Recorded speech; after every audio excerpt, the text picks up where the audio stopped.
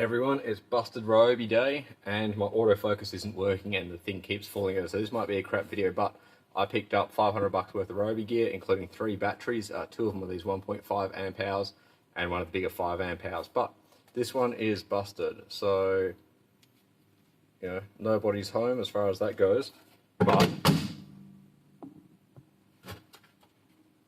it thinks about it and then it thinks it's fully charged. So for a comparison, this is a 4 amp hour I've got. You see it is fully charged, and then if we plug that in, same sort of thing. Thinks about it, fully charged. The difference is when I put this in a bit of equipment like my drill and pull the trigger, shit happens. I mean, good shit happens. When this one, nothing happens. So I've already started pulling it apart, and that's why I thought I'd quickly record it.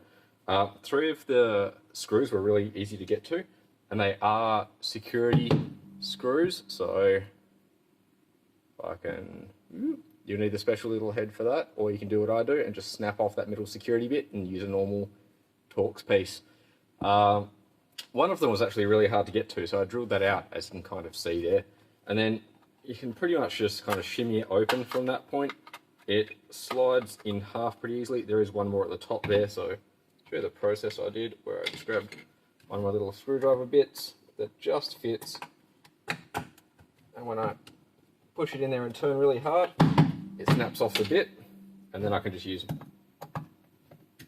my normal Torx screwdriver. So this is the last screw in the entire assembly now.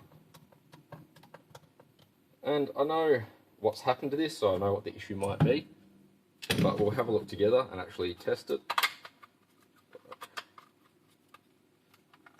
There we go. So you can see what the issue is going to be there.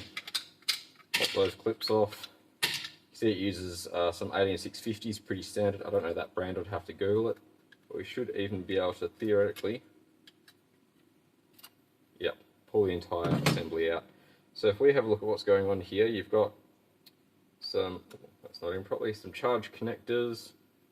So positive and negative, that's some sort of sensing wire, another sensing wire, and then the main, well, it would have helped if I actually showed you that.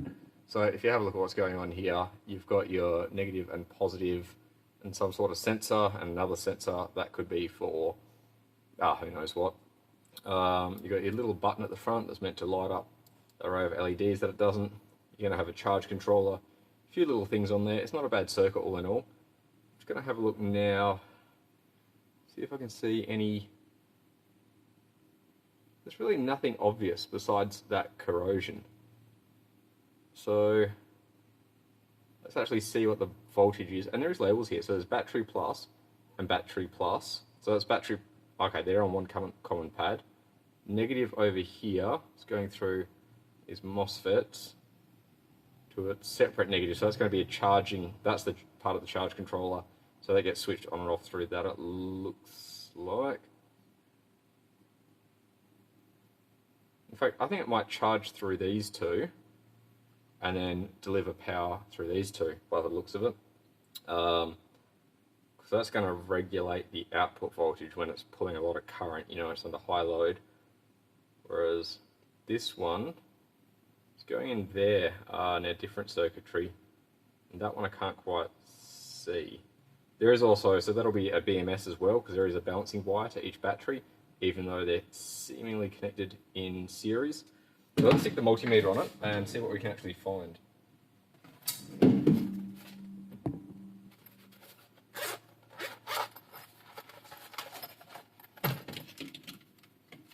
All these LiPos might be dead from the clear water ingress, in which case I might just replace them all. I do have this night cord charger, which is absolutely awesome. I've got a whole pile of 18650s that I've kind of rehabbed and measured, and some of them, you know, do 2200 milliamp hour still. Probably got a dozen or so of those around, so I'll happily swap them in. If we have a look here from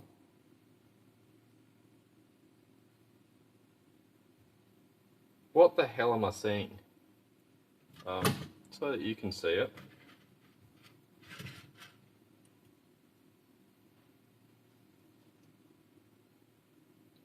Alright, 2 volts. Alright. I'd swear it was showing there's 12 volts. and dropping quickly. I swear it was showing a very different number before. Alright, it is sitting at 12 volts, not 18, so 12 divided by 6 is 2 volts each. These LiPos are really, really low, far too low. So if we can test each of the individual voltages, that one is... What's going on here?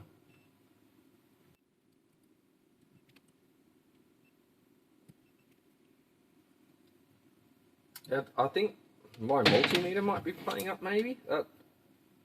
Something's definitely a bit off there.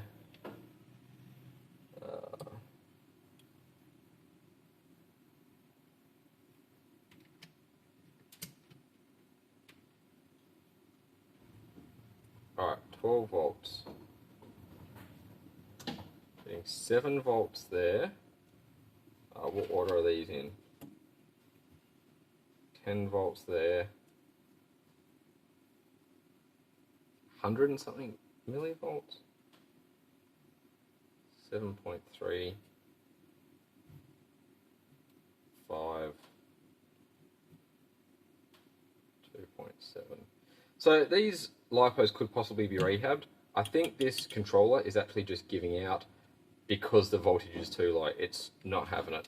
So what I might do is pop all these LiPos out. I'm just going to break these tabs on these little welds there. I might have to buy something to put them back together, but I can always just force them back in for now or even solder them. But I'm going to manually charge this, see how it goes, and see if we can bring some life back to it, because I don't see any other issue. It looks like just a little bit of water got in through the squeezy part, and that's going to have shorted it or something. It wasn't very happy at one time. And we'll see if they come back to life. Alright, quick look at what's happening here.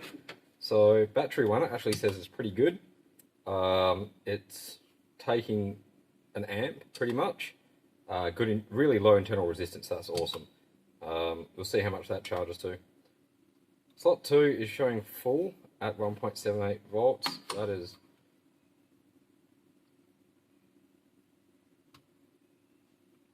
That battery is busted, and that is the one that obviously had all the corrosion. It is taking... No, it gives up on it. Alright, so that one is busted. Let's just swap that for this other one because there was 5 in there. Excellent, that one is happy. Internal resistance is okay, not awesome. Slot 3, same internal resistance. Sucking down that current. And slot 4, about the same internal resistance. Sucking down an amp.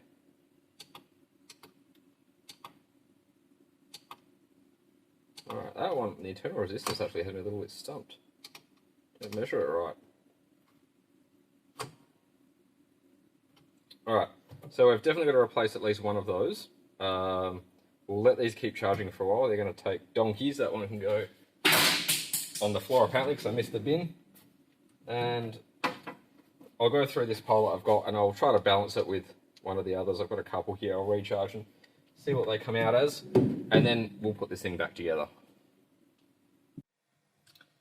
Alright, so we're back at this. These are all charged. So 1.3, 1.3, 1.3 milliamp hour. It's meant to be a 1.5 milliamp hour pack, so I'd say that's pretty good. Looking at if they're all took 4.2 volts, that's perfect, and they're all not too bad spec. So I'm going to have a dig through what I've got now, wherever the hell I've stuck them in my pile of stuff, and see if I can find some matching batteries. Alright, so that took a while because I'm way less organised than I thought, but I found them all. So they're the ones that are in there, the 1.5 amp hour or so. Actually look up the specs for these. LGDAHB. LDGAHB 21865. 21865. So yep, they're meant to be 1.5 amp hour. Now, these ICR 8650 26Fs I haven't actually measured the capacity of.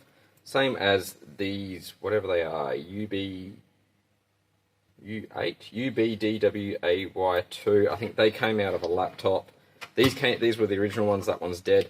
But I've got these, and these are actually very similar. LGDA, so same manufacturer it looks like. These are meant to be a fair bit higher spec though. So LGDA ME11865 says that they're meant to be 2.1, and I actually still get 2.1 to 2.2 out of most of these. These, from memory, actually came out of a Dyson stick vacuum that had failed mechanically, so I grabbed them out. I only used the thing like 5 or 6 times, so I reckon this one can go in the bin because it is done. These ones we know hold, where are we, 1.3. I'll label them all as 1.3. Keep them for something else because we've got 4, but we've got a 5 set here. So I'm going to start putting this back together and probably try to solder them in place, see how catastrophically that goes.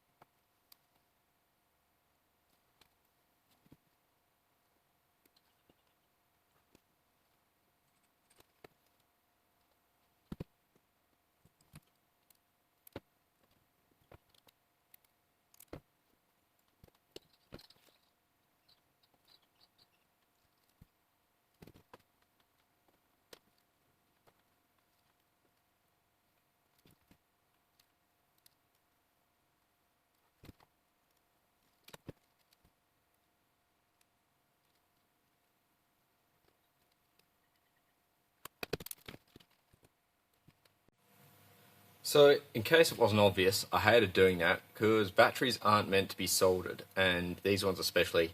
It was a really bad job, but I didn't want to get them too hot and risk killing them, so I just kind of flooded it a bit. They all are well held in there. I will put a bit more glue over each when I reassemble it, just so it's got a bit of vibration dampening on it. But I got 20 volts with the pack together. So that means they're reading 4 volts each, which is ideal. I would have lost a little bit from the amount of heat dissipated by them at the moment, but we'll go and tack those last 2 ends on and assemble it back together and glue it in and see what we get.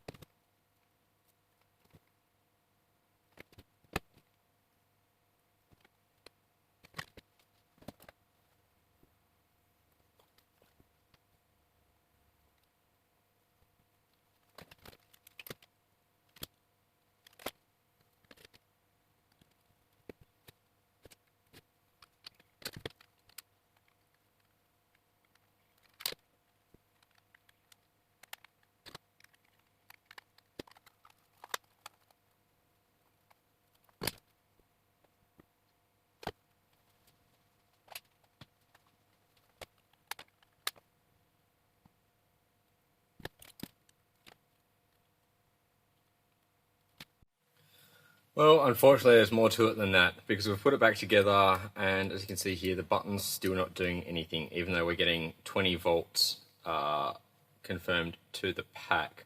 So, I'm not entirely sure what it could be, but I did notice here there's actually a serial port. There is clock, data, ground, 5 volt, and reset, so that's likely for that microcontroller. Has HA1... I don't know. So I might have a look at that on the computer, but for now, this is how you don't repair one. We have got all the batteries working again, as they should, but the circuit itself is not working, and when I put it in a device, nothing happened. So I'm going to leave it like this for now, let the glue set, because I think I still might be able to save it, I'm still hopeful, but for now I failed. I hope you learned something from this. It was a terrible video. I learned very little. I definitely need to buy a little spot welder for the batteries, but it's content and someone might enjoy it, and I've spent a fair bit of time on it, so I'm going to go back to doing something way more productive, and see you all next time.